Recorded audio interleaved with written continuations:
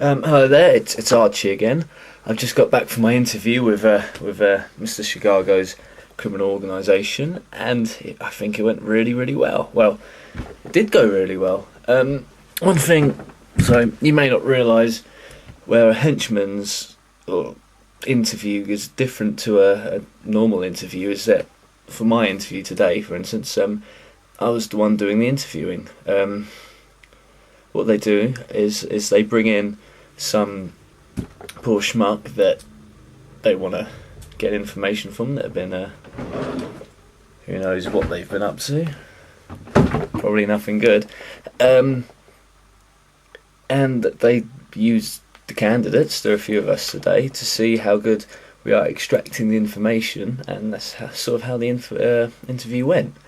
Yeah, like I said, there are a few of us today. The first guy went in, he was a bit strong. He sort of just went in, really in the guy's face, shouty, bulgy eyes. Got a little bit of information out. It wasn't the best interrogation technique, I think, but I'm sure they've got ideas of what they might want to use him for. Less brighter stuff, I'd have thought.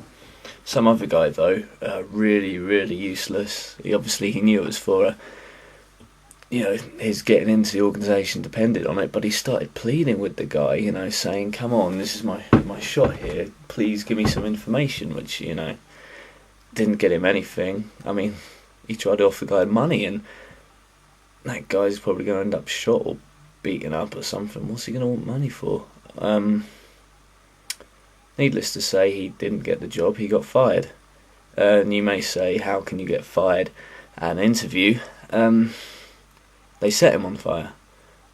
Yeah, that may sound harsh, but they seem to think, the idea is that it's a criminal organisation, we can't have people knowing inside information, so they decide they need to get rid of him.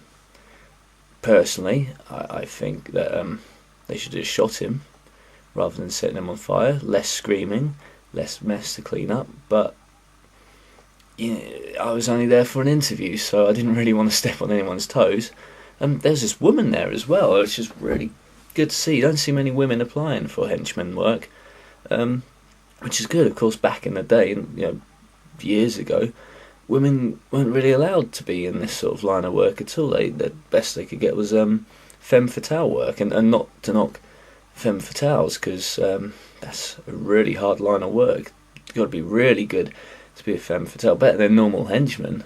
But so it's good to see women getting sort of equal rights in the henchman work. I think that's really good.